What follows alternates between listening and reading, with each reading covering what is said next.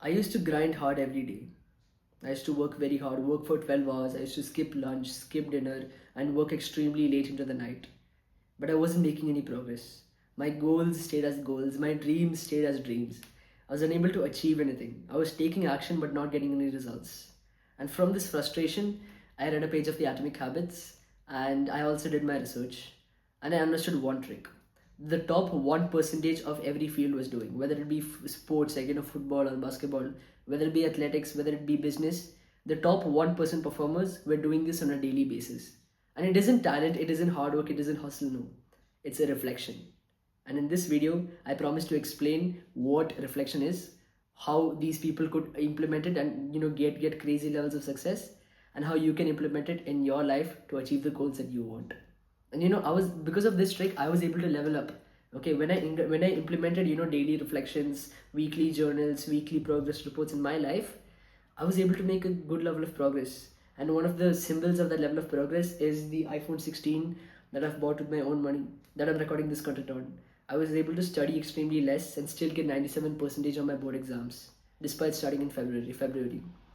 So you understand, this trick has helped a lot of people get success. It has helped me get to a basic level of success, and in this video, I promise to teach that to you.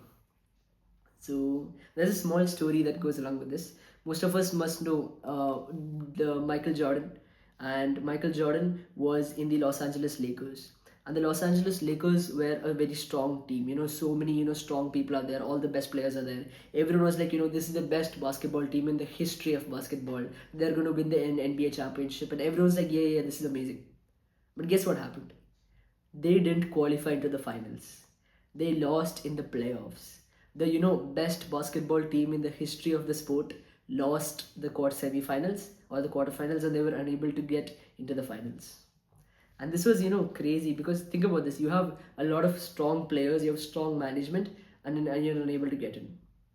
And the manager, okay, whose name was Pat Riley, was frustrated because he knew that the team had talent, he knew that the team had hard work, but they weren't consistent. They were unable to produce good on a large scale. They were unable to be successful on every game, at every match, at every point. And he changed that with a reflection. So what he did was he introduced a system called the CBE system, or the career best effort. So in short, what he did is, it was not just like, it was a system to analyze the progress of a player, okay, and it wasn't just based on the amount of points they scored. It wasn't just based on the amount of statistics, okay. Like the number of points you scored was irrelevant. It was about the amount of effort you take.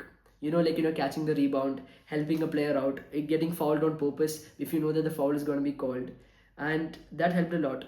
Those players who went the extra mile, who took the extra effort, were given a higher CBE, or a career best effort. And every player was scored based on the hustle. Okay, every player in the team was given a CBE number. Okay, so that some players got 800. The top players, Magic Johnson, you must have known him. He always got a CBE number of above 1000, right? And they all kept tracking progress. They kept measuring progress, and they were also improving along with it. Every player that scored a point and had a CBE number, they were getting better. They were given improvements. They were given advice. And the question, they didn't just play games.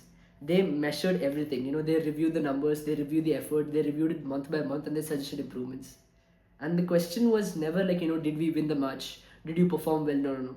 The question was, are you better than last year? Are you better than last month? Are you better than last week? Because the CBE number kept on changing over and over again. And progress wasn't random, it was like measured, tracked, and proven. If a player did something right, they would measure what made him do it. Okay, did he sleep on time that day? What did he eat? What position was he playing? At what time did he start? At what time did he get into the field? So all of this was measured and tracked. And on the days the player didn't perform good, that was also tracked. Okay, when did he sleep at that time? At which position was he playing? What went wrong? Against which team was he playing? Which team does he play best against? All of this was meticulously measured, tracked, and reviewed over and over again by Mr. Pat Riley. And you can guess what happened. 8 months, just 8 months after launching the CBE and reviewing and tracking the progress, they became NBA champions. Okay, and the next year also they became the NBA champions, and they were the first team in 20 years to win back-to-back championships. Do you understand? The team that had lost a final was won back-to-back championships in the next 2 years. That was the effort. That was the amount of effort that they took. That was the impact of the CBE system, where they meticulously tracked the progress, reviewed it, and suggested improvements. So success is just doing things right over and over again. Okay, and the lesson was, even great players like not LeBron, my bad, Michael Jordan, Magic Johnson, all of them, they needed change. They needed greatness. Okay, even greatness requires review and improvement. Otherwise, it will decay. And the reflection and improvement was the habit that multiplied the others. So in short, like if you could summarize this entire story, if you could summarize in one sentence, it is that even if you're great, even if you're best, even if you're talented, you need to understand why you performed well. You have to reflect on it, and you have to do a better job. So how can you implement this in your life? Well, that's pretty simple. Reflection is real progress. So review yourself daily. Okay, every night, I've told this before as well. Every night before journaling, write down what did I do good, what did I do bad, what can I do better tomorrow. And on a weekly basis, think what went good this week. Okay, Monday this happened. Monday I did this work and it happened well. Sunday it didn't go it didn't go really well. Thursday it went decently. Wednesday was a bad day. So when you track your week like this, when you track your good days and your bad days, and you should understand why it went bad. Okay, I'll like the simplest of example, studying. Okay, on Monday I tried to study from 2 p.m. to 8 p.m. Okay, and it didn't go well. I procrastinated. Okay, I was scrolling on my phone. It didn't go well. So now we know 2 p.m. to 8 p.m. bad time to study. The next day, okay, which is Tuesday, I studied from 7 a.m. to 11 a.m. Okay, morning, and it worked perfectly. So now what do we know?